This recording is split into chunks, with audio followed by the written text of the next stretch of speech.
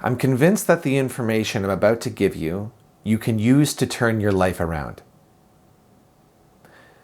You can do a whole 180 turn.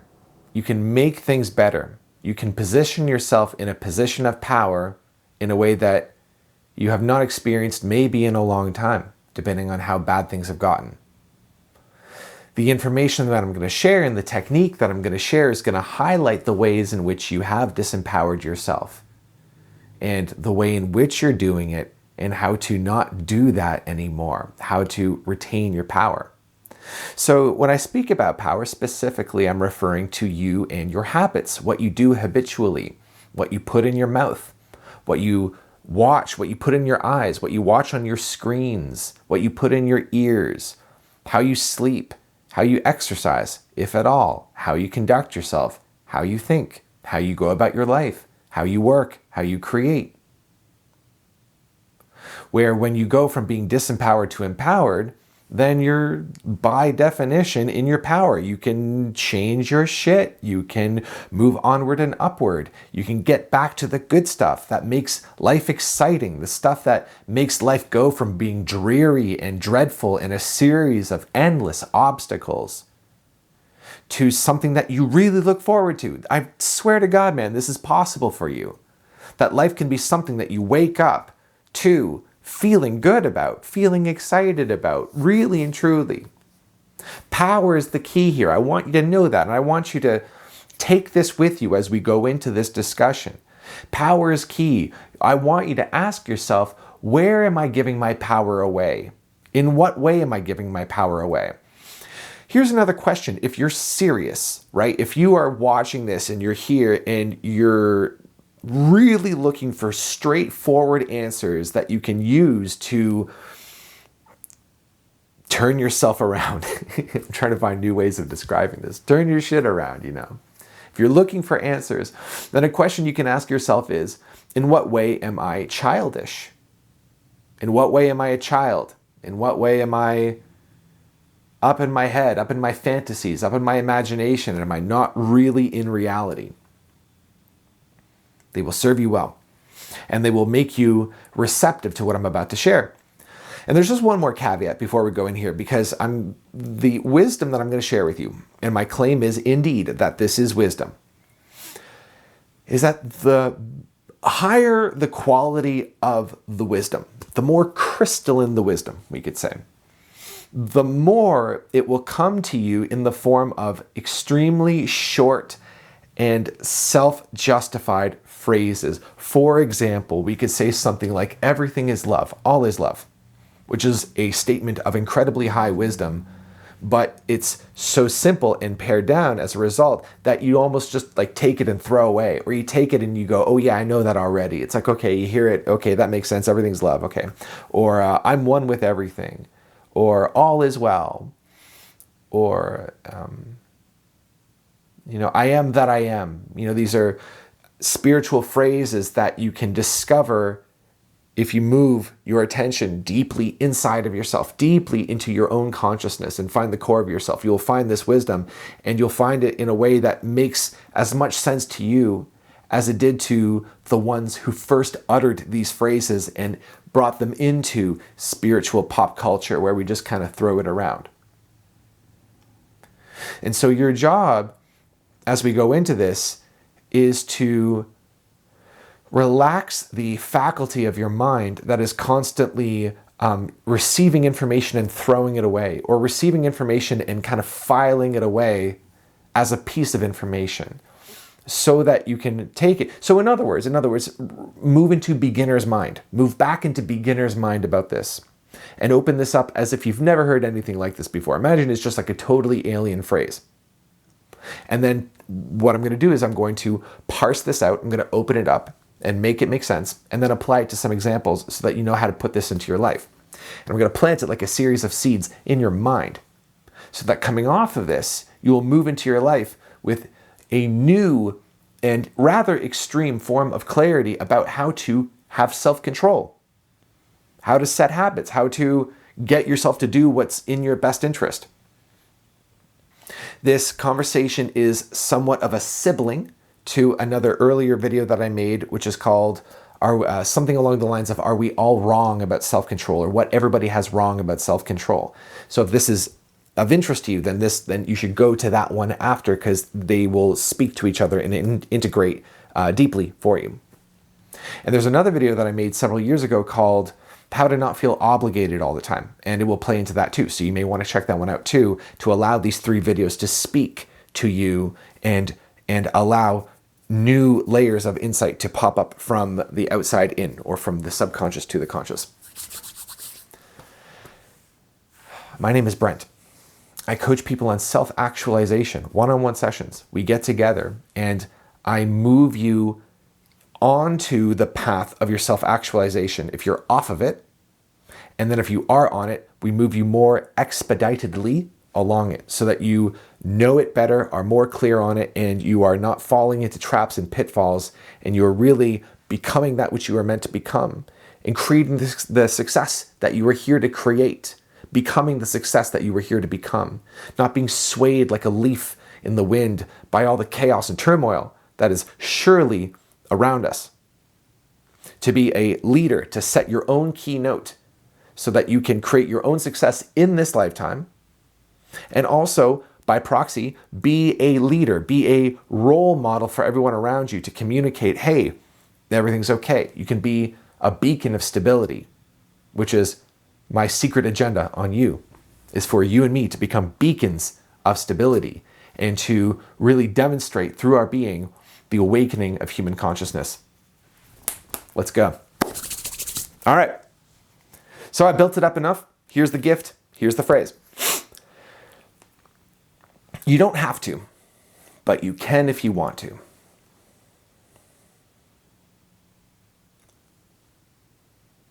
You don't have to. You don't have to. You don't. But you can if you want to. If you wish, if you desire, you can. Why is this true? Regardless of what we're talking about? Because you're a sovereign individual, for Christ's sake. You are the creator. You are sovereign. You are power.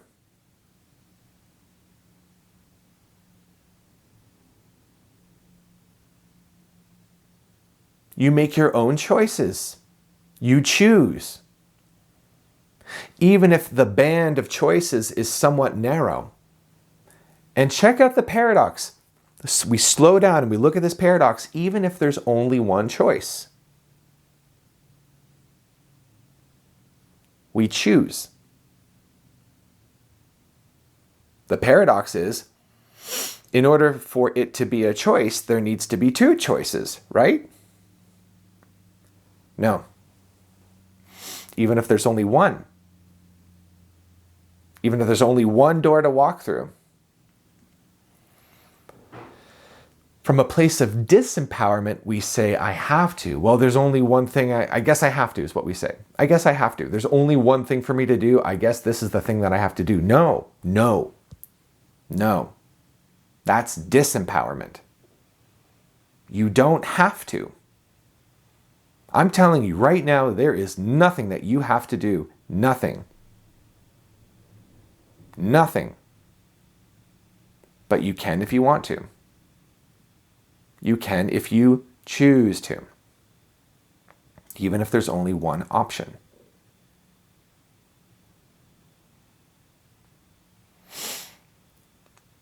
And when we look at it this way, you might think we're just playing with little semantics.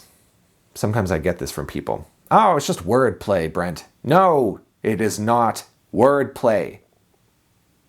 This is everything.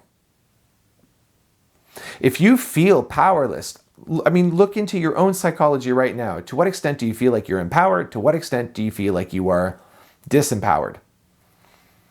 If you feel disempowered, do you feel like you're out of control? You're just looking at all these factors moving about, like you're just a pawn on a chessboard moving under someone's hand. You feel like you have no say in anything. You may feel disempowered politically. You may feel disempowered economically. You may feel disempowered even by your own self. It's like you're saying, I have no control over myself. I can't stop myself from doing X, Y, Z.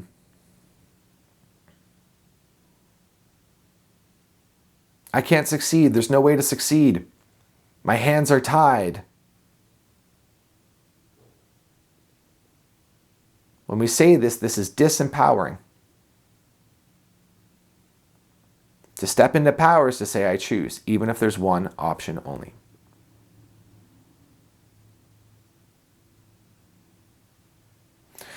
We say, I don't have to, but I can if I want to, toward whatever it is that we're about to do. So I've been doing a very good job using exactly this technique, weaning off of my manifold addictions. I have come into this world, I'm telling you right now, addicted to everything. Not necessarily, just for clarity, not necessarily like your classic hard drugs, meth, heroin, this kind of thing, but, a lot of things. A lot of things. And I'm a person who likes to go really hard. I tend to be really intense about things. And so, like if I'm drinking, for example, in my history, I'd get really drunk, man. I really, really drink. And at a certain point, it's like, okay, there's this desire that comes up in me, as does in a lot of people as time goes on. I don't want to do this anymore. I just don't want to do this anymore. But I end up doing it anyway, to my own chagrin. And then along the way, it just became clear to me, I don't have to do this. I don't have to. I don't have to get drunk. I don't have to drink anything if I don't want to. I can if I want to, but I don't have to. Another example is eating. Like when I eat, I tend to just eat big portions of food. Big plates of food, just put it to the face to the point where it's like it hurts at the end. That's just my habit. And I would eat somewhat strategically, like if there's food that is on the verge of expiry. I have this aversion to waste. I got this from my family. Just I really hate being wasteful. So it's like maybe if it's a pork chop or something, and like that pork, it died, right? It was killed so I could eat it. I better eat it, right? Don't want to waste it. But I eat it, but to the point of injury, where it's not even good for me. Because I have to. I feel like I have to. So more recently, I've been saying to myself, I don't have to. I can if I want to, but I don't have to. And sometimes I end up eating that pork chop anyway, because I wanted to.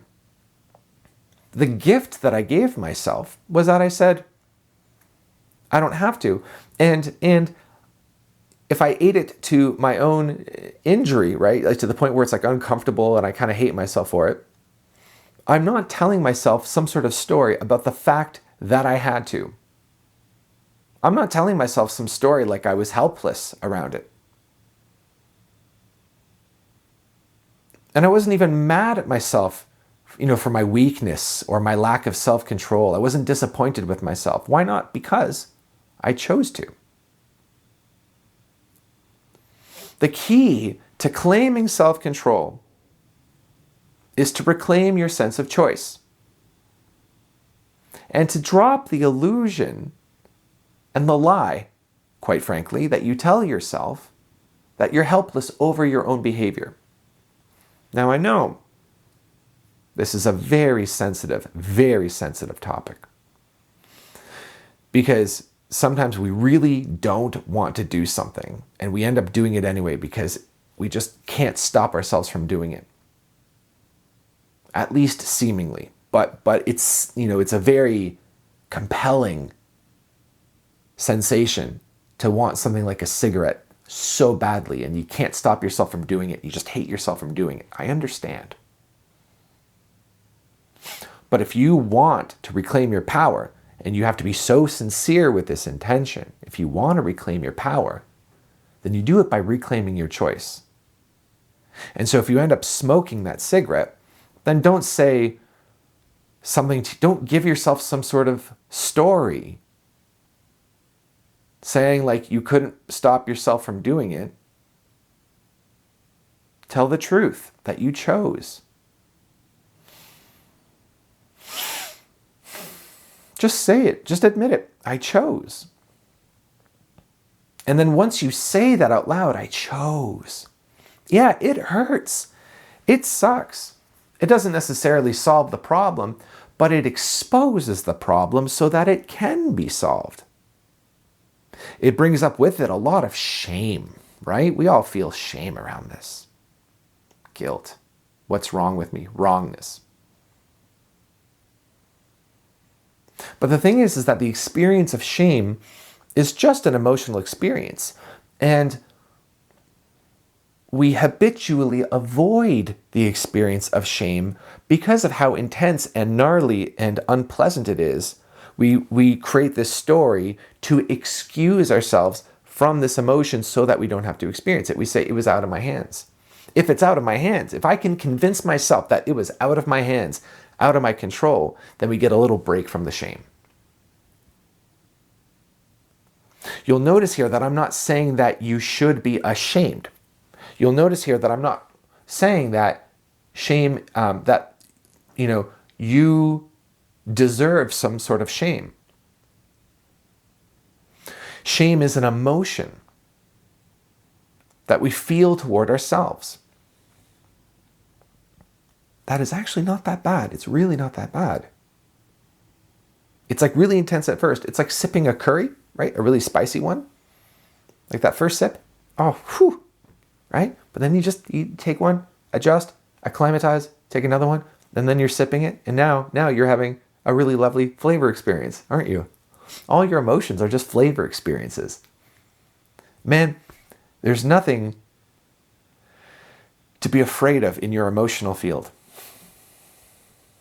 Shame is nothing to be afraid of. The key is to know that to know truthfully, intellectually that there's nothing to be ashamed of, which is true.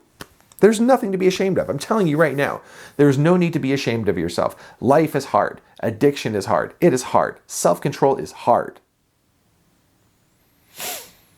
McDonald's food is, as I was saying somewhere else, is designed to be addictive. With just the correct, they bring this shit into scientific laboratories where people with lab coats design their Big Macs to have the appropriate amount of salt and fat. So they hit all the buttons on your brain.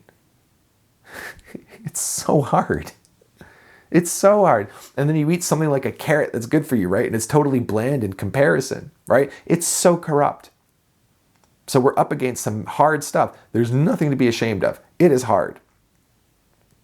So we know that, we acknowledge that. And then the shame that is nevertheless there, despite what we have just established a moment ago, we just feel it, just experience it. It's okay. Don't run away from it. It's fine, honestly. Just feel shame. Just say to yourself, I wonder how ashamed I could possibly feel. Let's crank it up to 10. Once you say that, then you're in control. Then your brain can't lord your emotions over you and manipulate you anymore. What is there to be scared of? And then you can just say, yeah, I chose to smoke. And I may choose again. I may. You look at your cigarettes and you say, every time you look at one, you say, I don't have to if I don't want to, but I can if I want to. And if you want to, you do. And your head is not in the sand about the long-term consequences. Nobody's making any claim that they're good for you or that the negative effects of cigarettes are somehow negated. Of course not. No, you do it with your eyes wide open. It's like, yeah, if you want to, you can do it. And there's the enjoyable bit, so enjoy it. And then there's the part where there's damage to your lungs and blood and organs and so forth. And you may decide that the juice is worth the squeeze. You may. You're a sovereign individual. It's up to you. Nobody's here to tell you what to do. Nobody's here to tell you what's good or bad for you. Ultimately, according to your life's purpose. You could decide that you just want to smoke for the rest of your life, and you may decide that the consequences are worth it, that they're justified. Nobody can take that from you. Nobody. And if anybody judges you, that's their problem. There's nothing to do with you. You may encounter people judging you for making a choice such as this one. And you may not like the feeling of being judged because it sucks. But even that too is an experience that you can acclimatize to as well. It's just another experience after all. See, we're eliminating the guilt trip around this. We're eliminating the obligation. You don't have to do anything you don't want to do. You are a sovereign individual. Are you getting a feel for this now? Now it feels uncomfortable, maybe for you, maybe for me, because we're removing the restrictions, because the whole obligation piece, like the reason why we do this to begin with, the reason why we live under the thumb of such heavy societal and personal, familial obligation, is because we really believe that obligation provides these sorts of guardrails, where if we remove them, then you really fall off the tracks. And it feels that way, right? If we remove the sense of have to, you don't have to do anything you want, just do what you want. It's like, oh my God, how do I know I'm not just gonna collapse? But that's the nature of the disempowerment. That belief is your disempowerment. Do you see?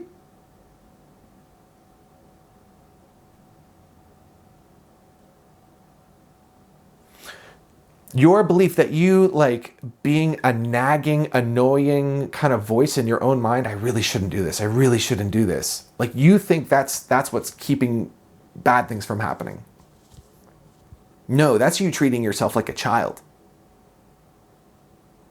Let's take another example now. Meditation. Meditation is a classic guilt trip. Hey, are you meditating enough? The answer is no. You could ask anybody and their mom anywhere. Are you satisfied with how much you're meditating? Oh no, I'm not doing it, but I should be doing it. No. Let's try that on for size. No. You don't have to if you don't want to. You don't.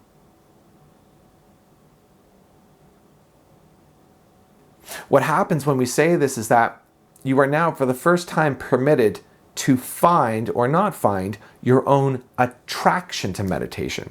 Because there's another subset of people out there, myself included, who meditate because meditation is nice. And there's another subset of people out there who meditate out of necessity, for the same reason you brush your teeth, for the same reason you exercise. It's necessary. I don't feel good if I don't meditate. And the thing is that if you feel obligated to meditate, what that almost always signals is that you actually have a natural, inborn, completely natural attraction to meditation. But you've made it into an obligation, and now because you've made it into an obligation, your inner child hates it. Your inner child says no, because your inner child doesn't want to be obligated to do anything. Right? If I tell you that you have to do something, it's like basically by definition, you will automatically not want to do it. And it doesn't matter what it is. Even if it's good for you. Hey, drink some water. You have to drink water. You have to. You have no choice. You have to drink water. Fuck you, right? You don't have to, but you can if you want to. You don't have to meditate, but you can if you want to.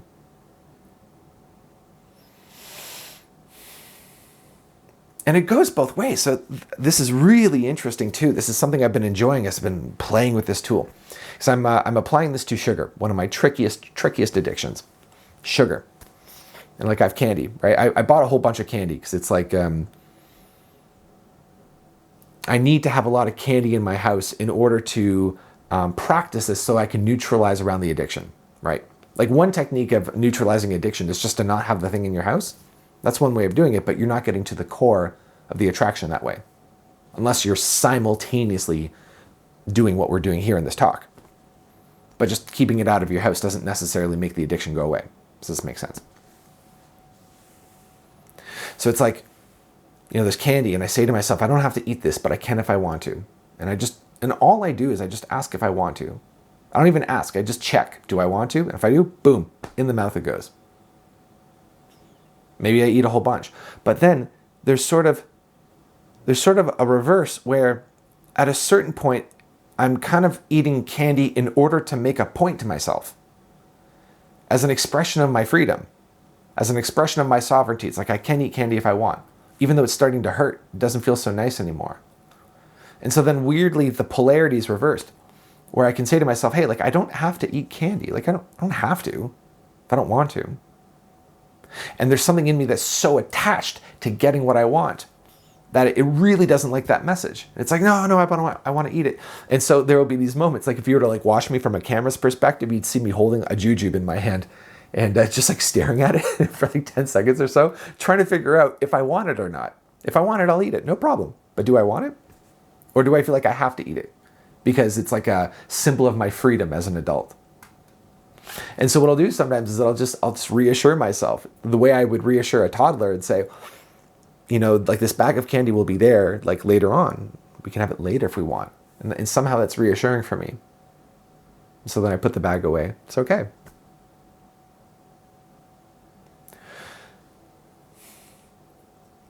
You can apply this to good habits and bad habits. Going to the gym.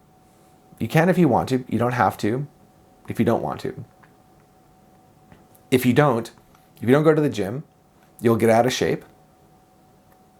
And if you want, you can just let those consequences speak for themselves. And then what will happen is, because you know, if you're in struggle about going to the gym, again, that means you probably have an attraction to going to the gym. You probably do, but you've kind of corrupted it with this have to obligatory thing, right? So if you just permit yourself only go to the gym when you want to, there will be a desire in you, a growing, mounting desire in you to go to the gym. And then when you want to, go. And then maybe you'll go, maybe you won't. Maybe you'll go kind of sporadically. And then if you're like me, you'll say, okay, well, now what I want is to be a person that goes to the gym. That's what I want. I want to be a person who goes to the gym.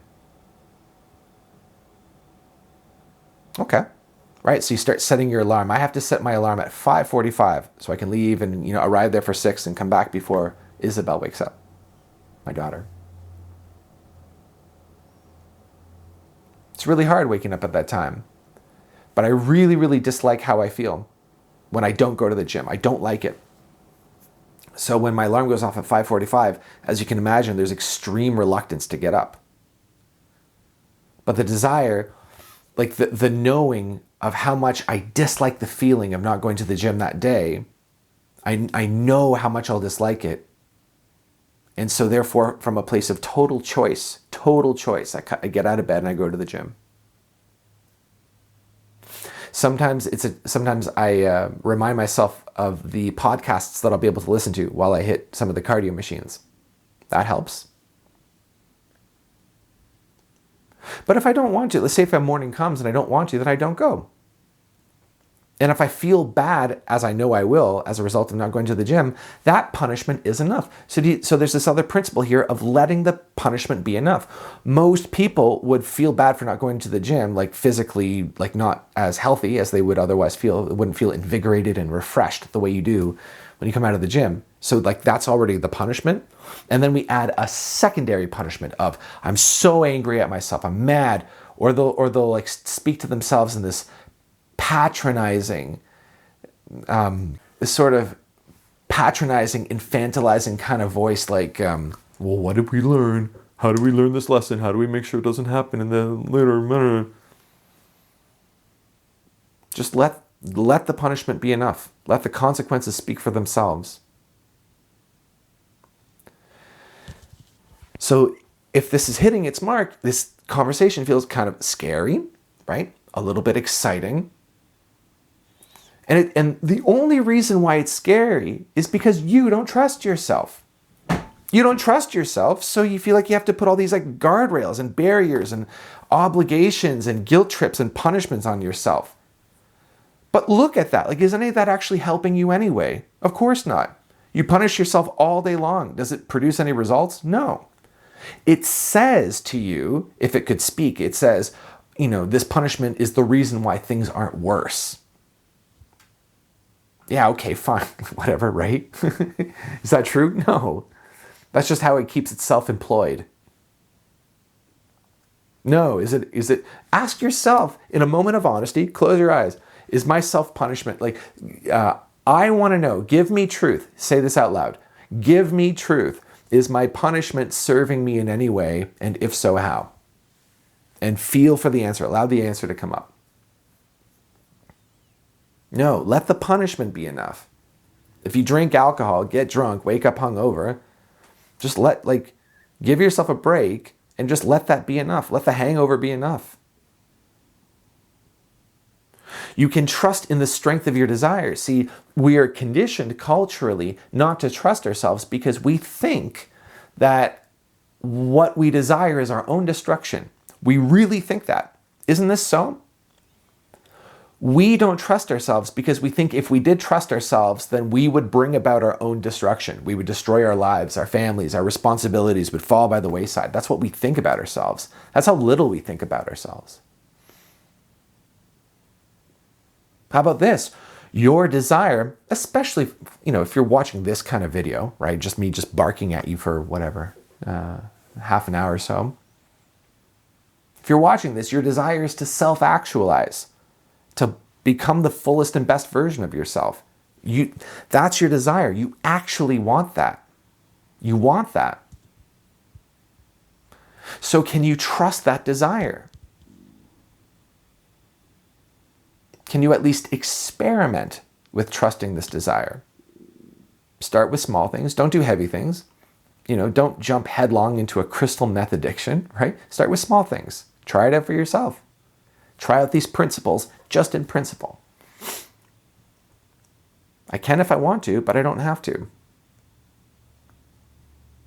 You may find in the short term there's this explosion of this childlike version of you going nuts in its new freedom. Maybe you buy 3 boxes of Oreos, put them to the face. Okay, and then so you eat, how many would that be? That'd be 100 Oreos. You just eat 100 Oreos. Stay neutral throughout the whole experience. Eat the first 10, then 20, then 30. Do I want to eat more? Yes, keep going. And then notice, you got to stay so loose, so neutral, just watch. Just watch. You get to the 50th Oreo. Oh, not so fun anymore, right? You want to keep going? Yeah? Okay, keep going. Oreo 60. Fuck, I don't think I can do it. You want to? Well, at this point, no, I feel like I kind of have to. Because I'm free, because I have this freedom right now. I feel like I kind of have to, but honestly, I don't want to. But maybe you're attached to eating that 60th Oreo. You can say to yourself, no, I can have this later if I want to. We can do this whole thing again tomorrow if we want to. We can do this every day for the rest of our lives if we want to.